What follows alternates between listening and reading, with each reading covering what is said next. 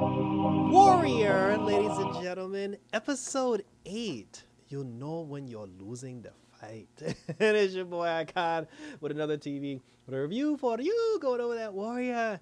And, it's My Ling's wedding. And I thought that we were going to gradually lead up into it, like some things were going to happen during the episode and then we get into My Ling's wedding. Nope, the episode starts with My Ling's wedding. So we're already here.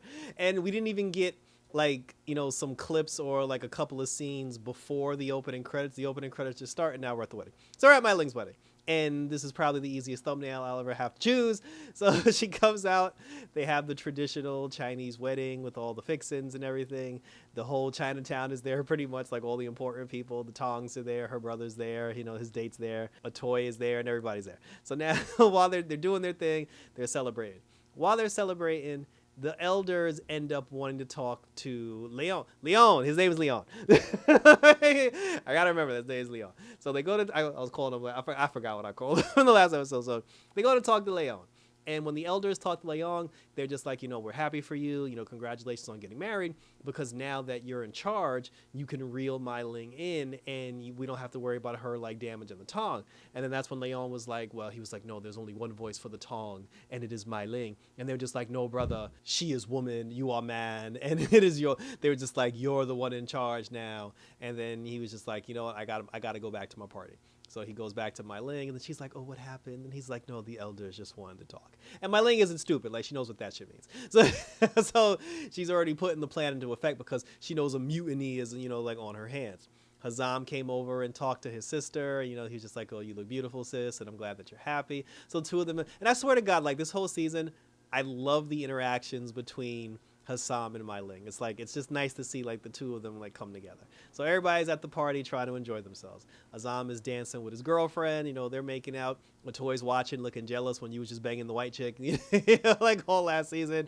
And then after that, she ends up disappearing. And then, Azam looks over, doesn't see her anymore. And then he already knows something's up. So apparently she got snatched up and dragged into the alley because the guy who wanted his hose back from the last episode where, she ended up paying him the money and he was like, oh, it's not enough, whatever. He dragged her out to the back and then him and his boys tried to hurt her. But apparently a toy got her fighting spirit back because she sliced their throats and whooped their asses. And by the time Azam went outside, to try to help her out, the deed had already been done and she had already beat everybody. So that was actually nice to see because, again, it's showing that she's getting her strength back. She's slowly coming back and she's now going to be on the mission to getting her revenge. And speaking of revenge, the woman, the white lady and husband that took My Ling's money and then got her arrested, when are they going to get there? It's I'm still waiting for that. So they go back into the party.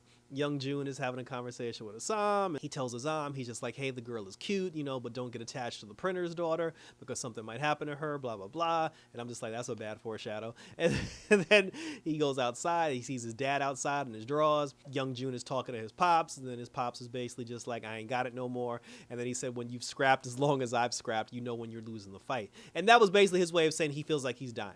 Now, again, in today's world, his medical diagnosis is probably just like he has a concussion, and because of the medication, he's just going to be a little dizzy for a while. But because they don't, obviously back then, they don't have the access to modern sciences that we have now. I don't know, maybe dementia's kicking in or whatever, but because I'm just going to assume it's because of the medication. So because of the medication, because he's acting delirious and he's going a little crazy due to the medication, they're assuming oh, his mind is slipping and he's dying. So Father June basically was telling them, he was just like, yo, I ain't got much time left, son. Then the two of them just sit out on the porch and was smoking cigarettes. His mom got brought up too, and his mom got mentioned a few times this season, and you can't mention his mom. We get into a season 4 with Warrior. Young June's mom has to show up at some point. So anyway, so then, later on that night, Young June was asleep in his bed, and then his dad, I guess he was sleepwalking or whatever, came into the room and tried to kill him. And then after that, he snapped his dad out of it, and then his dad was like, oh, what's become of me? And then he starts crying or whatever. And now Young June is like, yo, should I put my pops down? Or, what's going on? Because now, he's struggling with the whole thing. His dad also said to him, his dad is doing a job of planting bad seeds into Young June's mind, because he was just like, oh, My Ling and Assam, they're two strong people, they're leaders. And then, Young June was just like, well, Hazam would never challenge me for the Tong. And then his dad was like, that's what I thought about you. And then look, here we are. So now those seeds have been planted into his head. Hazam was talking to his girlfriend, and then he was just like, listen, Young June is trying to like downsize or whatever. And then she was like, well, how much time do I have before they get rid of me? And then he said that basically they still need you to print the money, but once you train the other two guys on how to print money, then yeah, he's like, he's not going to need you anymore. So he was like, if I were you, I'd get on that train and I'd head out of town and go to whatever it is you're going to go. And I'm just like, why are we acting like Young June's going to kill this girl? Like the whole time when he had the conversation, when Young June had the conversation and he was just like, oh, I need you to train other people because something might happen to you. It's just like, yes, he wants to train new people in case something does happen to her or in case she does go rogue and spill their secrets. But why are everybody's acting like the moment those two guys learn how to print, they're just going to automatically kill her for no reason? I'm like, she hasn't even done anything yet that they're aware of. So Hazam, so her and Hazam, they're just together. Hazam didn't really do too much in this episode. So he was just with her the whole time. And then they kissed. And then he was like, girl, you better get on the train like ASAP. And that was it. Buckley ended up becoming mayor. Nobody cared. And then he was just like, it's time for him to do what he has to do for the working man. Leary was going to talk to him about hooking up the working man. But then his boy was just like, listen, don't do that, because he was just like, you're in a position of power now. Like, this guy's the mayor. We're supposed to go to him. He owes us favors. Do you really want to blow one of our favors on getting two random Irish kids out of prison? He was like, think about it for a second. Then Larry went to go think about it. Then he walked away. He later on went to the bar, and then the father of the two guys who were in jail, he was just like, oh, Larry, he's like, you forgot who you came from. You forgot who you are. He was like, it's all about the Irish. And then he was like, I didn't forget who I came from. And then he was just like, oh, those could be your boys. And I'm like, oh, so he has children. And so then he was just like, my boys wouldn't be that stupid. And then he ended up talking to Big Bill, who finally got the promotion. Like, he's off the streets at his job. He has a bookkeeping job now. And then he was at the bar later on, and then Larry was talking to Bill, and he was just like, like, we need you back on the police force. So then he was just like, no, he's like, I'm doing this for my family. He was like, besides, the chief of police, he doesn't want me. He's like, he's doing new things around like all around the police department. But then after that, Big Bill he was like, you know what, screw it. He's like, because Larry told him, he was just like, but you're Bill. He was like, you're Big Bill, everybody respects you. He's like, don't you got the juice available to get my boys out of prison? And then he's just like, you know what, screw it. He's like, let me exercise my juice. And then he goes down to the prison and he tells the officers, he's like, let these boys, because he was going to pay their fine, because he was just like, let these boys out of prison because I'm Big Bill and I run this shit. So then they go downstairs to let the boys out of prison, and then the police chief shows up, who's American, and then he's just like, oh, you're trying to bust him out of jail. So they was like, arrest these two guys. And of course no one's going to arrest Bill because like, he's Bill. And the whole thing about trying to arrest Bill, I don't get that, because Bill flat out said, we're paying their fines so they can be released. And then that's when the police chief, he was just like, you know what, Bill, he's like, you're the shit cop. So he's like, take your best shot. He said, like, me and you gonna scrap, and if you knock me out, then I'll let you and the boys go. So the two of them fight. Bill got his ass beat for a little bit, but then he came back. And it was actually nice seeing someone other than Leary having a fight with somebody, because you don't really see Bill like in the thick of it fighting like that. So Bill ended up winning in the end. Like, Big Bill bust that arse, and then he was like, I never felt more alive. And then like the boys got out of jail, and then he went home, because he ended up whooping the ass of the chief of police. He knows what's coming to his doorstep in the morning. So then when he goes home, his wife was like, oh, she's like, for heaven's sakes, Bill, what happened to you? And then he was just like, I whooped the chief of police's arse. And then she was just like, oh my gosh. And then she takes the liquor bottle and like swigs it down. She was awesome in that whole scene. Like, she played that shit perfectly. So then she was just like, what's gonna happen now? And he was like, well, I'm probably gonna get arrested. And then so he's like, but that's tomorrow's problem. And then two of them basically like drank their woes away, and Leary disappeared. I don't know where Leary went after that, because he was just like, I'm going back to my bar where it's nice and safe. So now this brings us, because I feel like everybody's account, all the crosses have been dotted and the T's have been, whatever. So now that leads us to the newlyweds, the new married couple. They're on their honeymoon. Everybody's at the party. Everybody went home from the party, so everything's nice and simple. My Ling and Leon, they were in their quarters getting it on, and they were consummating their marriage. And I'm just gonna say this real quick.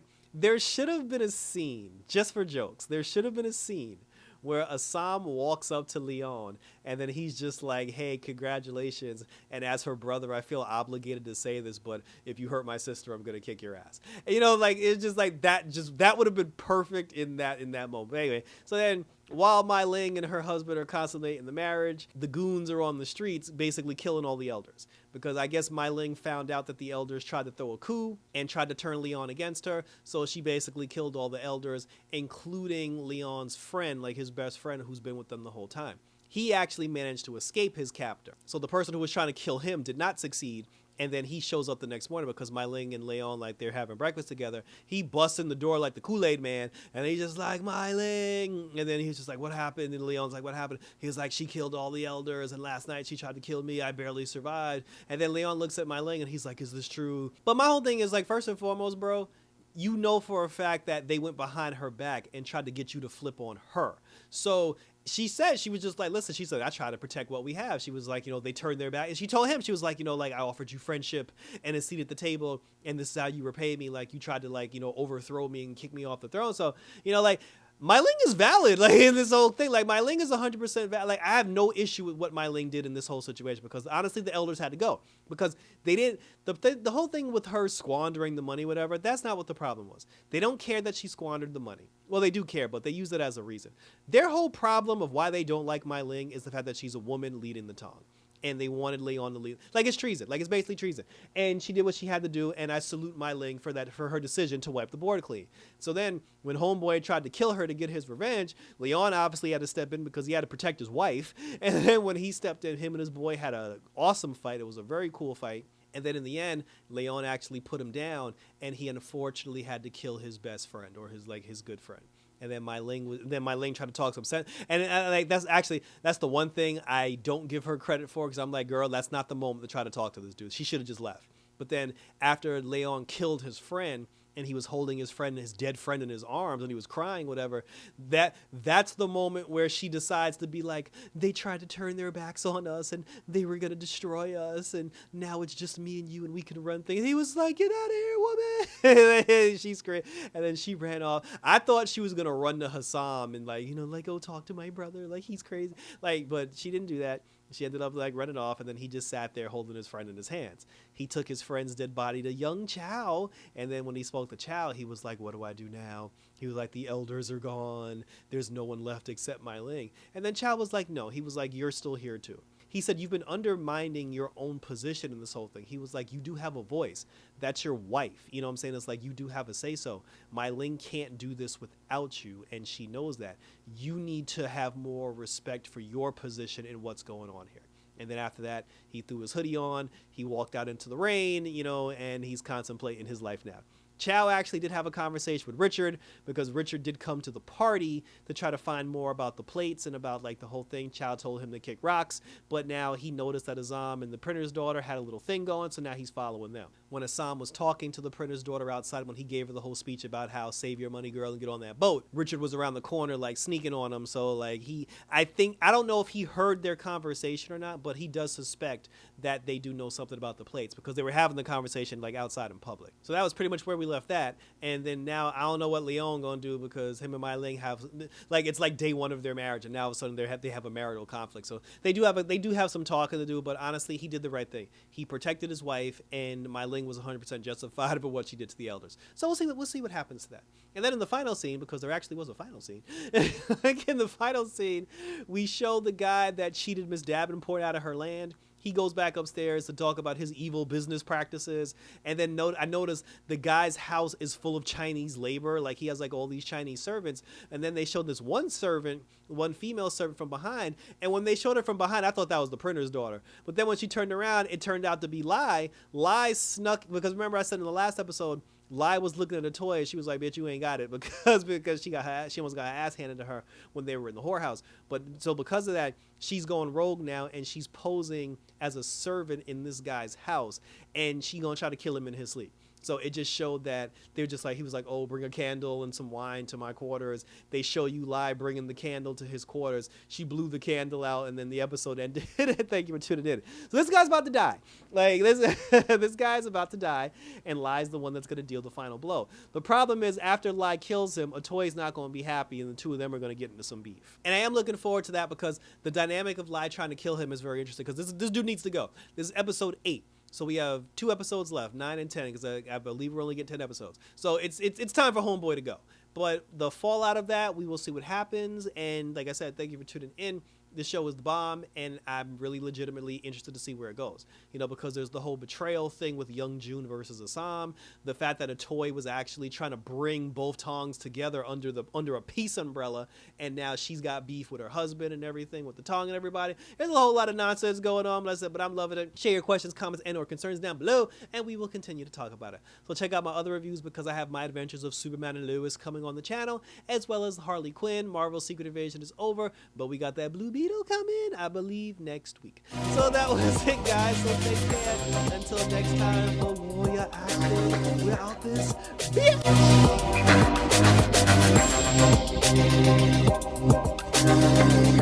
bitch.